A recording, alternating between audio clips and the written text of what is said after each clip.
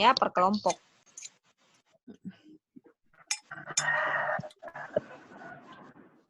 Sudah kelihatan? Sudah. Oke, presentasi ilmiah. Jadi presentasi ilmiah ini biasanya kita gunakan di dalam forum resmi. Kalau misalnya mau ujian, tugas akhir, atau laporan praktek, itu biasanya juga dipresentasikan.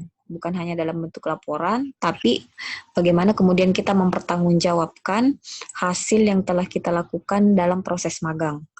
Nah, di sini bisa kelihatannya presentasi ilmiah. Pengertiannya yaitu tanya secara sukarela terlibat aktif dalam interaksi verbal menuju tercapainya tujuan dalam waktu yang tersedia. Maksudnya di sini interaksi verbal adalah pemaparan yang seperti sementara Ibu sekarang lakukan. Sebenarnya bukan presentasi ya, tapi lebih kepada pemberian informasi tentang sesuatu. Jadi kalau presentasi ilmiah itu lebih kepada pertanggungjawaban atau penyajian bahan secara ilmiah. Jadi nanti dikasih materinya, kalian lakukan seperti ini ya. Kurang lebih seperti yang Ibu lakukan sekarang. Tapi kita tukaran. Kalian yang jadi penyaji ya, nanti Ibu jadi pesertanya.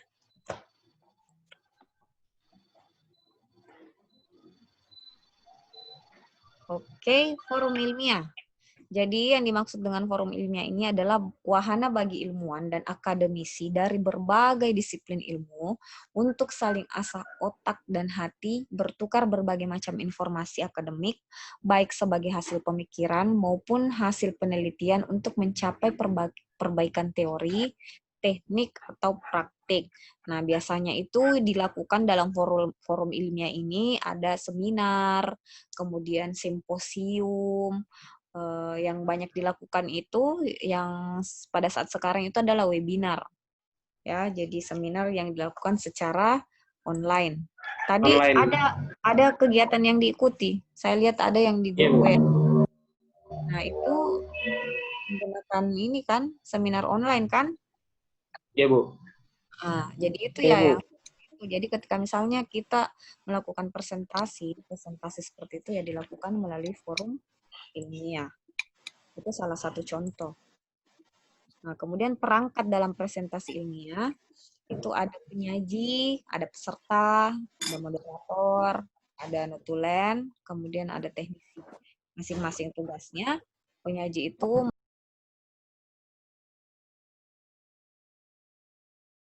6, 7 dan 8, 9 dan 10. Oh, nanti ini dikirim di grup juga. Dulu, kemudian nanti dikirim di grup untuk materinya.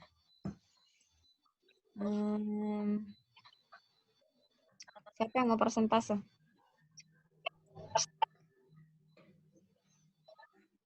Boleh dicoba, silakan.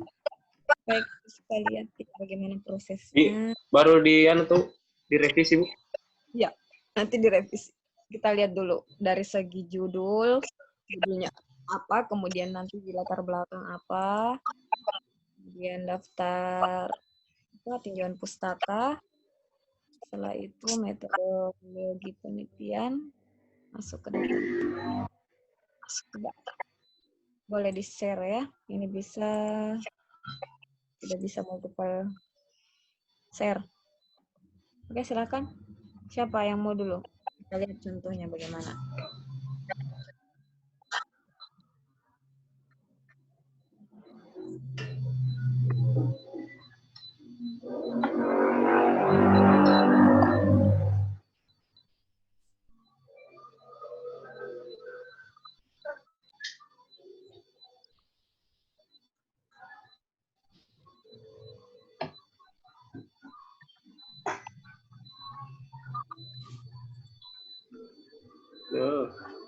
Apa ini? Coba di atas dulu, ke atas dulu judulnya apa?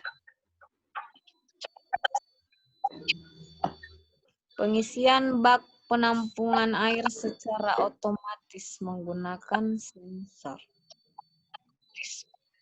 Apakah ini belum ada yang meneliti? Ada Ini Mia, baru Bu. ya? Banyak kayaknya. Tidak lama, Bu. Ada banyak. Jadi apa yang membedakan? Kalau seperti ini kalian tidak bisa presentasikan. Ya coba, apa yang membedakan? Nah, coba dulu, presentasikan dulu. Latar belakang. Coba turun. Pengisian bak penampungan air secara otomatis. Oke, silakan. Pengolahan air pada bak, sistem kontrol berupa katup dan pelampung. Coba dijelaskan dulu.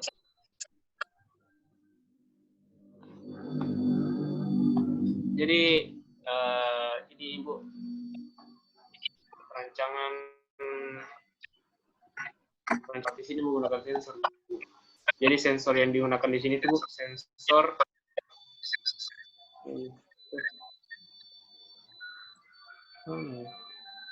sensor ultrasonik, Bu. Cara kerjanya? Sensor ultrasonik yang dimana bisa dikontrol dengan microcontroller. Jadi dia pakai pelampung. Terus bagaimana caranya mendeteksi kalau misalnya bak airnya sudah penuh?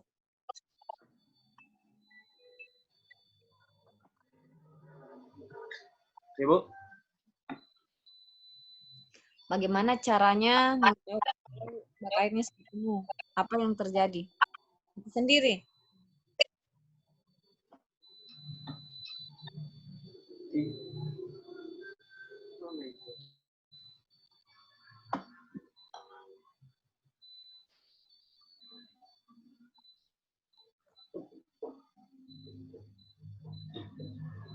Coba di ini dulu coba rancangan penelitian. Coba di bab 1 dulu, bab 1. Ke atas. Ke atas. Lagi. Oke, stop. Latar belakang bab 1. Kemudian yang kedua, bagian B. Bagian B apa? Bagian B, rumusan masalah, Bu. Mana rumusan masalahnya? Turun. Perencanaan pembuatan alat. Nah, ini salah. Rumusan masalah itu harus dalam bentuk pertanyaan. Oh, iya, Bu. Berarti rumusan masalahnya adalah bagaimana perencanaan pembuatan alat pengatur, cara penulisan judul, cara penulisan kalimat. Yang judulnya yang mana? Pembuatan alat pengatur kan?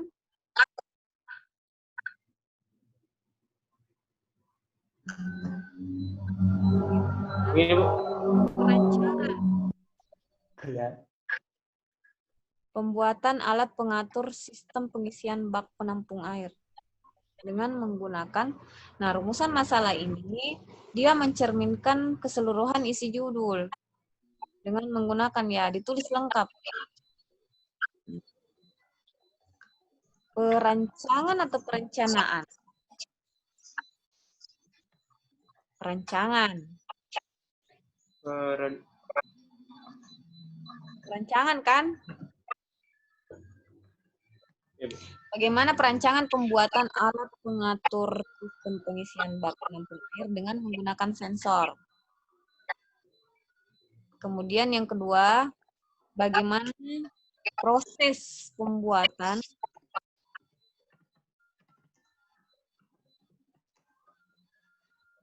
atau bisa juga prototype saja. Nggak usah ada proses pembuatan. Proses pembuatan itu sudah sama dengan prototype. Oke, stop. Ya, bagaimana prototype alat pengatur sistem pengisian bak penampung air dengan menggunakan sensor. Uji coba hasil dihapus.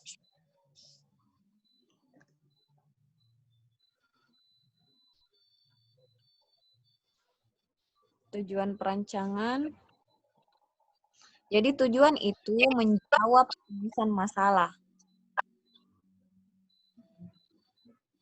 Tujuan pembuatan proposal ini atau tujuan pembuatan tugas akhir ini adalah untuk satu, mengetahui perancangan pembuatan alat pengatur sistem pengisian bak penampungan air dengan menggunakan sensor. Yang kedua, mengetahui prototipe alat pengatur sistem pengisian bak penampungan air dengan menggunakan sensor. Jadi itu tujuannya. Jawab perumusan masalah. Oh, berarti ini manfaatnya, Bu.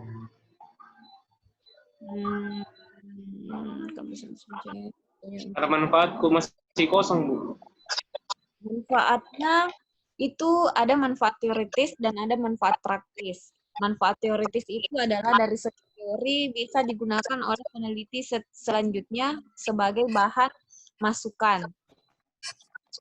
Kemudian untuk manfaat praktisnya bisa digunakan di, nah ini, mempermudah kegiatan rumah tangga dan dalam kehidupan sehari-hari. Juga bertujuan memperkenalkan kebiasaan yang harus menjadi suatu hal yang wajar.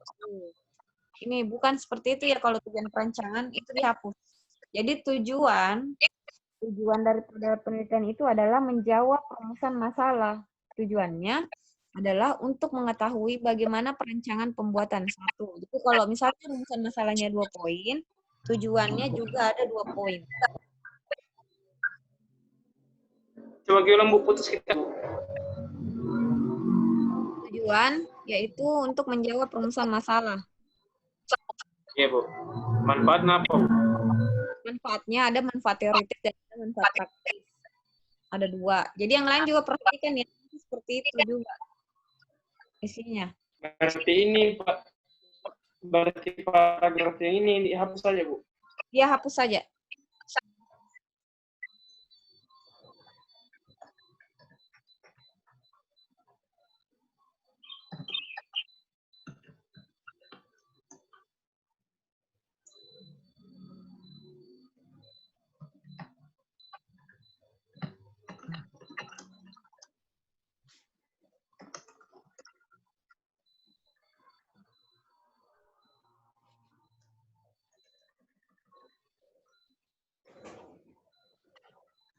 Tujuan perancangan pembuatan alat pengatur atau tujuan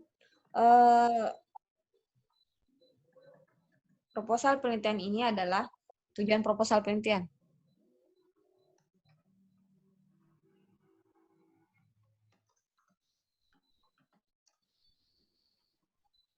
Untuk mengetahui atau untuk saja, untuk kemudian titik 2 hapus mengetahuinya. Titik 2, 1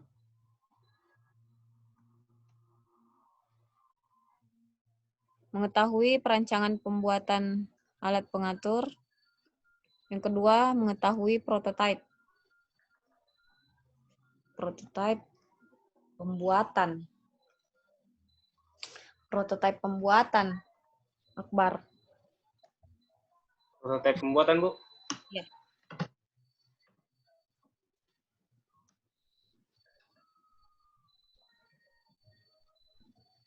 Setelah prototipe ada pembuatan di situ. Ya, Bu.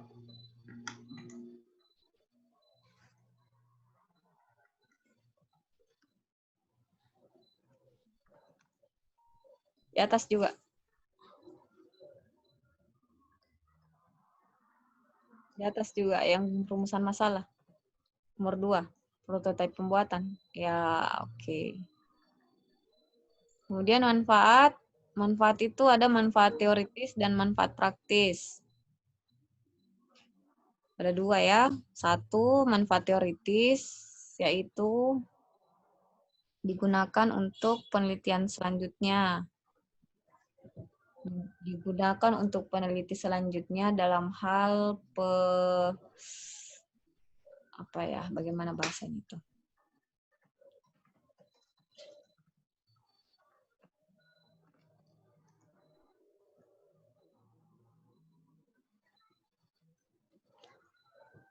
Coba untuknya dihapus. Itu tidak cocok. Yang untuknya dihapus adalah 1, manfaat praktis, 2, manfaat teoritis.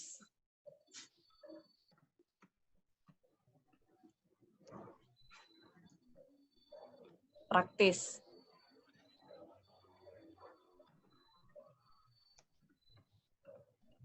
Teoritis.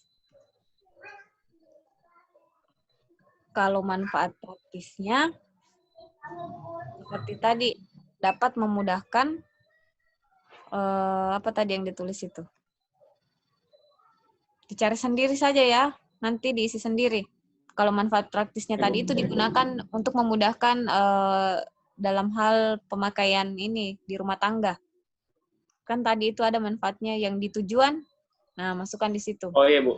Nah, kalau dapat memudahkan urusan rumah tangga. Kemudian yang kedua, manfaat teoritisnya nanti ditambahkan saja. Disusun bagus-bagus kalimatnya.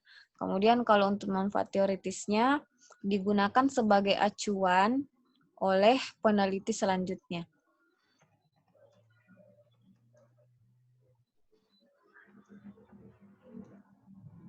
Peneliti selanjutnya. Oke. Masuk ke bab 2. Tinjauan pustaka. Tinjauan. Iya. Bisa kajian pustaka, bisa tinjauan.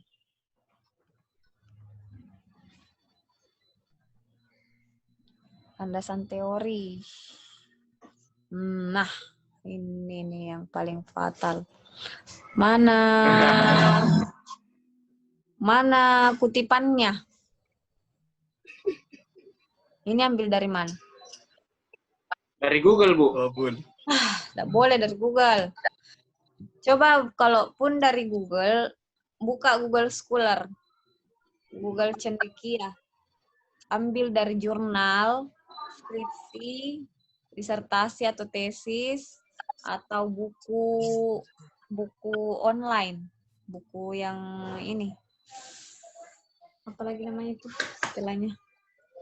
Yang ambil dari jurnal. Oh, di landasan teorinya, Bu. Iya. Nah, asal apa? Asal teorinya, Bu, di masuk atau apa, Bu? Nah, kutipan. Semua kutipan harus Kutipannya, masuk di sini, di landasan teori. Jadi, apa sih ininya judulnya? Judulnya itu tadi pembuatan alat. Pembuatan pengisian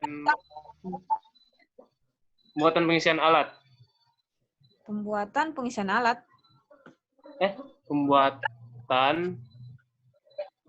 Pembuatan alat pengatur sistem pengisian bak. Nah, ini pembuatan alat pengatur sistem pengisian bak. Ini menggunakan apa dia? Ini untuk pembuatan alatnya pakai apa? Sensor. Oh, paham. Pakai apa? Bagaimana cara bikinnya alatnya? Oh, ada sini alat-alatnya, Bu. Nah, itu yang dijelaskan teori-teorinya apa. Kemudian penelitian yang sebelumnya. Peneliti sebelumnya siapa-siapa saja yang sudah meneliti tentang itu, silakan dijadikan acuan teori. Masuk di situ, berarti di tinjauan pustaka itu akan ada nama-nama, kita mengutip. Misalnya dikutip dari mana. Nah, itu yang dijadikan daftar pustaka nanti, yang di landasan teori. Iya, Bu. Berarti ini, Bu, kayak Ya. di daftar Nah, pustaka. berarti ini landasan teorinya ini diubah semua. Salah ini, salah. Ya, Bu. Salah ini. Aslam ini, Bu, bikin. Nah, kayak begini ya. Coba di sini saya lihat ada pembahasan tentang prototipe alat pengukur sistem pengisian bak penampungan air secara otomatis melalui SMS berbasis mikrokontroler adalah sebuah sistem yang mampu mengatur ketinggian air pada bak penampungan air dengan cara jadi dia dalam bentuk definisi sebenarnya. Misalnya di sini kan ada membahas tentang mikrokontroler. Mikrokontroler itu apa? Kan jadi teori tentang itu. Jadi mikrokontroler adalah siapa yang menggunakan pendapat itu. Nanti dimasukkan di sini namanya siapa, misalnya Akbar, 2000 2020. Akbar, 2020. Itu berarti tahun ada yang kutipan sudah dibahas ya, belum? Belum, Bu. Kutipan, oke. Tidak apa-apa, kita bertahap makanya. Saya tampilkan seperti ini dulu supaya nanti kalian bisa lihat kira-kira. Oke, nanti kalau sudah ada yang bagus,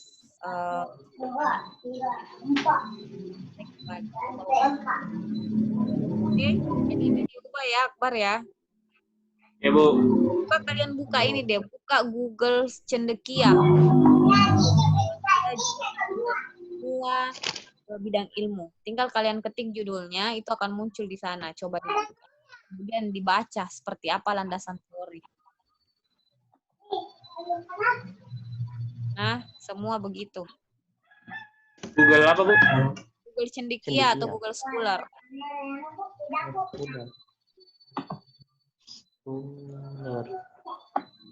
Google Cendekia.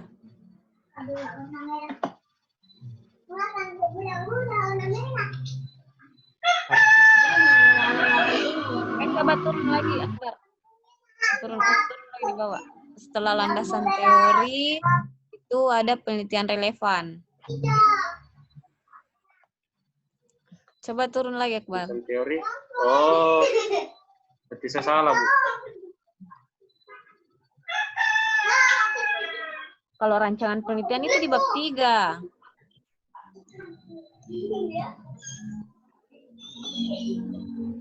Jadi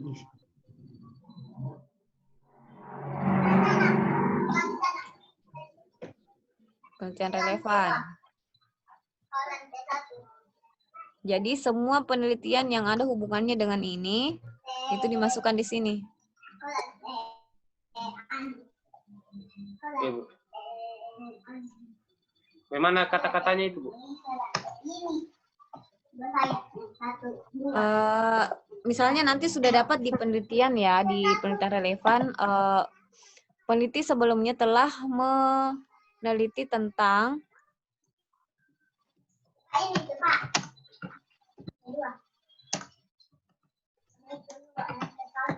masukkan sudah judulnya di situ. Nanti kalau sudah dapat di Google Cendekia, silakan masukkan judulnya. Bisa sampai 5 judul. Jadi penelitian yang sama, yang kurang lebih sama dengan ini redaksinya.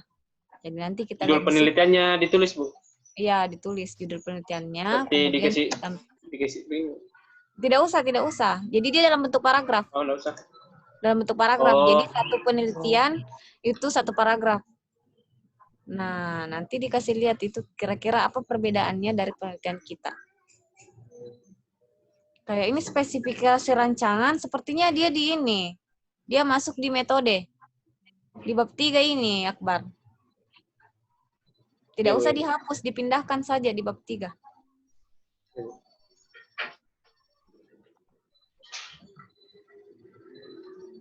Kalau uji coba dan analisis itu, dia masuk di bab 4. Hasil dan pembahasan. Kita belum sampai di sana.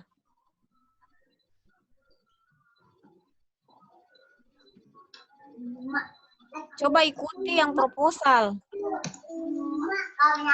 Ikuti yang ada yang saya kirim itu, yang proposal penelitian, itu kan ada. Coba ikuti itu. Bab 3.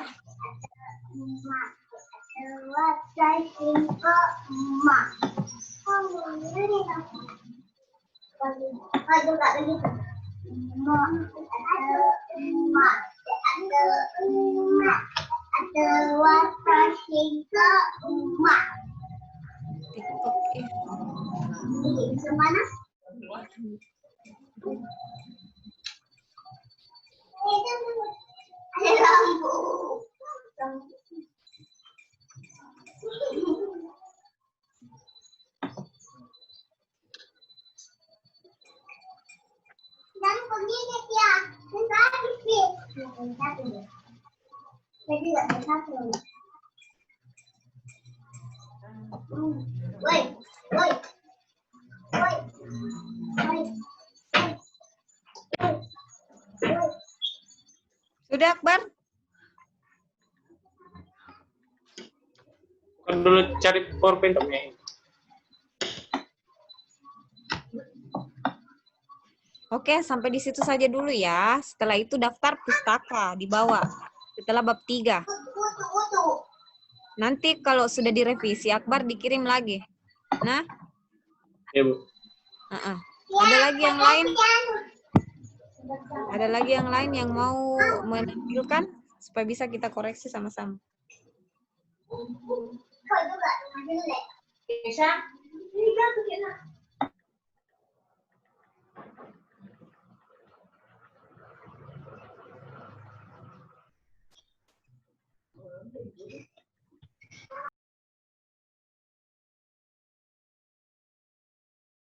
Sudah kita Akbar.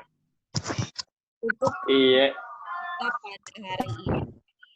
Kita lanjutkan lagi besok di jam yang sama. Berarti besok siap-siap untuk mid semester ya.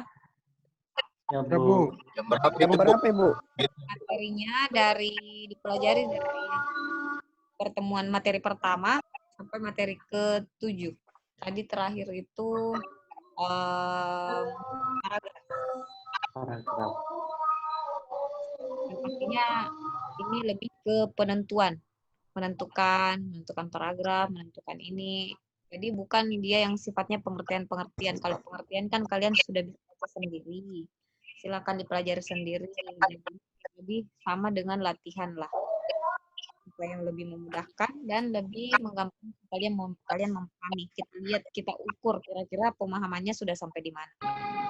Oke? Tidak ada lagi pertanyaan? Kalau sudah tidak ada, kita akhiri. Ada foto kamu? Dapat. Ya, masih ada?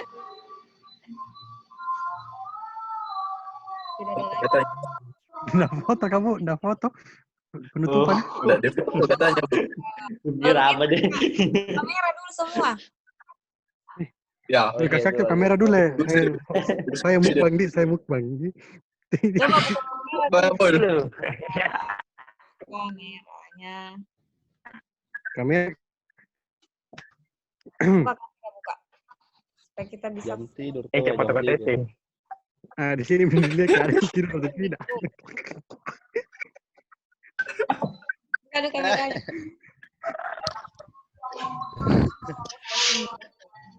Foto nah. Kamera cek. Wah, Eril Adam, Ibu. Pas mau foto.